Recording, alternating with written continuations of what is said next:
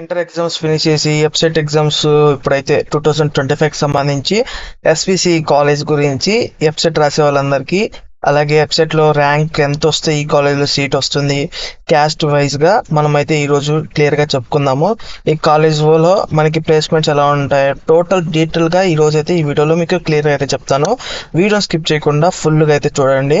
So ప్రతి ఒక్కరు మన ఛానల్ ని లైక్ చేయండి, సబ్స్క్రైబ్ చేయండి కొత్తగా చూస్తున్న వాళ్ళైతే. సో ఈ రోజు మనము ఎస్విసి కాలేజ్ గురించి అయితే మాట్లాడదాము. సో ఇక్కడ నా ఫ్రెండ్స్ కూడా చదువుతూ ఉన్నారనమాట. సో ఈ కాలేజ్లో ప్లేస్మెంట్స్ ఎలా ఉంటాయో ఇప్పుడు మనం అయితే చూద్దాము. ఫస్ట్ ఆఫ్ ఆల్ మనకి ప్లేస్మెంట్స్కి అయితే వచ్చేద్దాము. ఈ ప్లేస్మెంట్స్లో మనకి ఇక్కడ చూడొచ్చు అనమాట. సో 1625 మంది అయితే ప్లేస్ అయ్యారని చెప్పి ఎస్విసి కాలేజ్లో అయితే చెప్తా ఉన్నారు 2024కి సంబంధించి.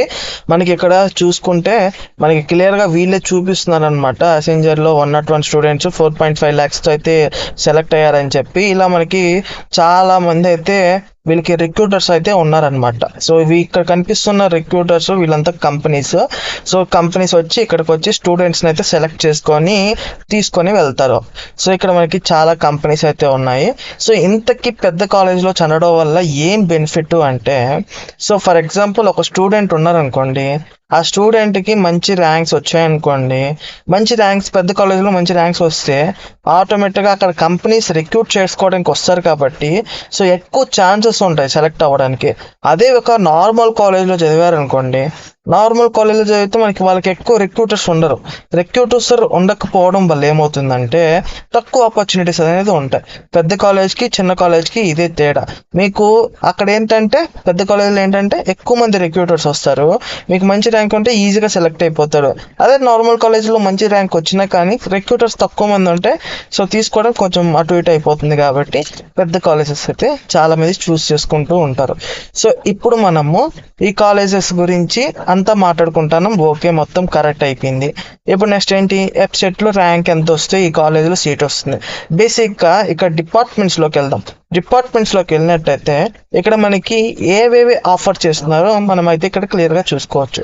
First of all computer science engineering. ఇప్పుడున్న పీపుల్ అంతా ఏంటంటే కంప్యూటర్ సైన్స్ ఇంజనీరింగ్ అంటా ఉన్నారు. ఈ 2025లో కూడా కంప్యూటర్ సైన్స్ ఇంజనీరింగ్ అనే అంటున్నారు. సో మనకి దానికి ఆల్టర్నేటివ్గా వచ్చినట్టువే CSE AIML, CSE data science, ఇవన్నీ ఏంటంటే స్పెషలైజేషన్స్ అనమాట. ఎక్కువ మంది కంప్యూటర్ సైన్స్ జాయిన్ అవ్వలేదు కదా, అంటే కొన్ని సీట్లు అనేవి మాత్రమే ఉంటాయి, గవర్నమెంట్ ఒక పరిమితం అనేది ఉంటుంది. సో అందుకని ఏం చేశారంటే ఈ స్పెషలైజేషన్స్ అని పెట్టేశారనమాట. దానివల్ల ఏమవుతుంది, డిఫరెంట్ గ్రూప్స్లోకి వెళ్ళిపోతారు. ఇందులో మీకు ఏఐఎంఎల్ వచ్చినా, డేటా సైన్స్ వచ్చినా, ఇన్ఫర్మేషన్ టెక్నాలజీ వచ్చినా, ఇట్లా ఏం వచ్చినా కానీ కంప్యూటర్ సైన్స్తో సమానమే అది కూడా. ఓకేనా, ఇది బాగా గుర్తుపెట్టుకోవాల్సిన విషయం. చాలా మంది ఎట్లా అనుకుంటారంటే కంప్యూటర్ సైన్స్ ఇంజనీరింగ్లో వస్తేనే అది సిఎస్సి వస్తుంది, మనకి సాఫ్ట్వేర్ అంటే అదే అనుకుంటూ ఉంటారు. బట్ ఇక్కడ ఇది తక్కువ, స్పెషలైజేషన్ తక్కువ అన్న ఫీలింగ్ ఉంటుంది. కాకపోతే ఇక్కడ స్పెషలైజేషన్ అంటే పెద్ద తేడాలు ఏమీ ఉండవు. 95% సేమ్ సిలబస్ ఉంటాయి, సేమ్ వాల్యూ కూడా ఉంటుంది అనమాట. ఒకే బ్రాంచ్లో, ఒకే సిఎస్సి బ్రాంచ్లో ఒకేసారి అంతమందిని వేయకూడదు కాబట్టి ఇలా డిఫరెంట్గా స్పెషలైజేషన్స్ అని కొన్ని వదిలేశారనమాట. దాంట్లో మనకి గ్రిప్ వచ్చేదానికి ఏఐఎంఎల్, ఇలా డేటా సైన్స్, వాటి మీద కొంచెం ఎక్కువ గ్రిప్ అయితే చూపిస్తారు. సో ఇది మ్యాటర్.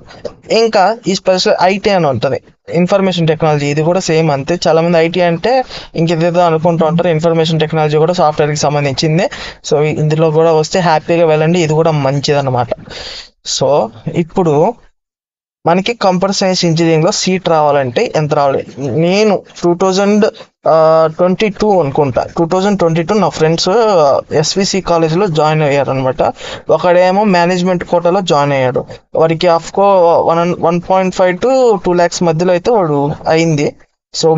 సో వాళ్ళు అలా వెళ్ళారనమాట. ఇంకొక ఫ్రెండ్ ఏంటి అంటే జనరల్ క్యాస్ట్. సో జనరల్ క్యాస్ట్కి తనకి వచ్చి 32,000 అయితే వచ్చింది. 32,000 ర్యాంక్ వచ్చింది వెబ్సైట్లో ర్యాంక్ వస్తే తనకైతే ఏఐఎంఎల్ వచ్చింది, ఆర్టిఫిషియల్ ఇంటెలిజెన్స్ మిషన్ లెర్నింగ్ అయితే తనకి సీట్ రావడం అయితే జరిగింది. ఇంకా నేను చెప్పా కదా మేనేజ్మెంట్ కోటాలో వెళ్ళాడని, తను ఏమంటే కంప్యూటర్ సైన్స్ ఇంజనీరింగ్ అయితే తీసుకున్నాడు, సిఎస్సి అయితే.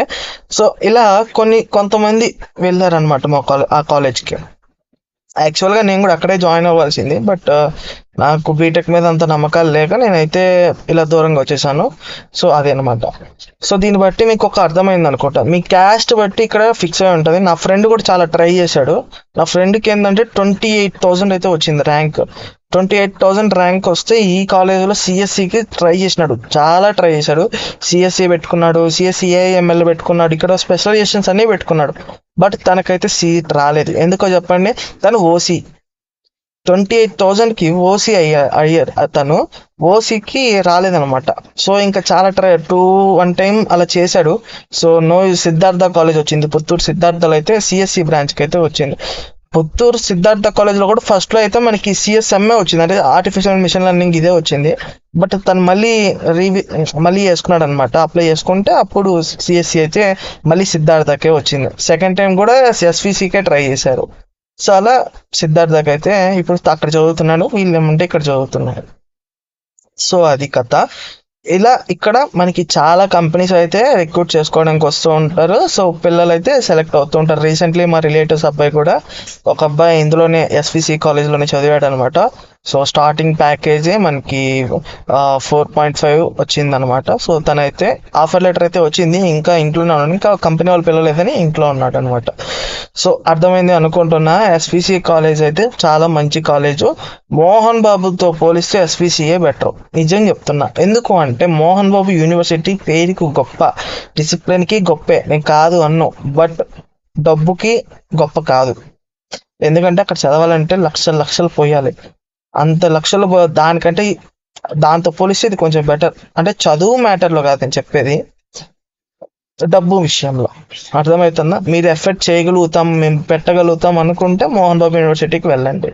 లేదు డిసిప్లిన్ కావాలి అవన్నీ కావాలంటే వెళ్ళండి. ఇక్కడ కొంచెం ఎంటర్టైన్మెంట్ కూడా ఉంటుంది ఎస్విసి కాలేజ్లో, ఫంక్షన్స్ అని అవన్నీ బాగా చేస్తూ ఉంటారు వీళ్ళు. సో నా ఫ్రెండ్ కూడా ఒకడు యూట్యూబర్ ఉన్నాడు అనమాట ఎస్విసి కాలేజ్లోనే. సో అలా అర్థమైంది అనుకుంటున్నా. సో మోహన్ బాబు యూనివర్సిటీ కూడా మంచిదే, నేను కాదు అనట్లే. ఎస్విసి కాలేజ్ మంచిదే. ఈ రెండు కాలేజ్లో ఏదో ఒక దాంట్లో జాయిన్ అవ్వండి.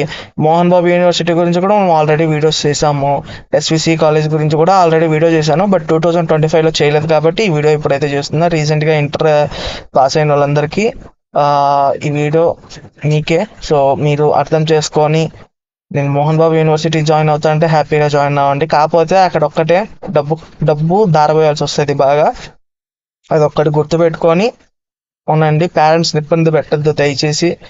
సో మీకు సీట్ నేను ఒకటే చెప్తున్నా వినండి, సీట్ ఎక్కడికి వస్తే అక్కడికి వెళ్ళండి, ట్రై చేయండి, మంచి కాలేజెస్కి ట్రై చేయండి. ఒకవేళ రాలేదు అంటే ఇంకా తప్పని పరిస్థితుల్లో మీరు జాయిన్ అవ్వాలి అనుకుంటే జాయిన్ అవ్వండి.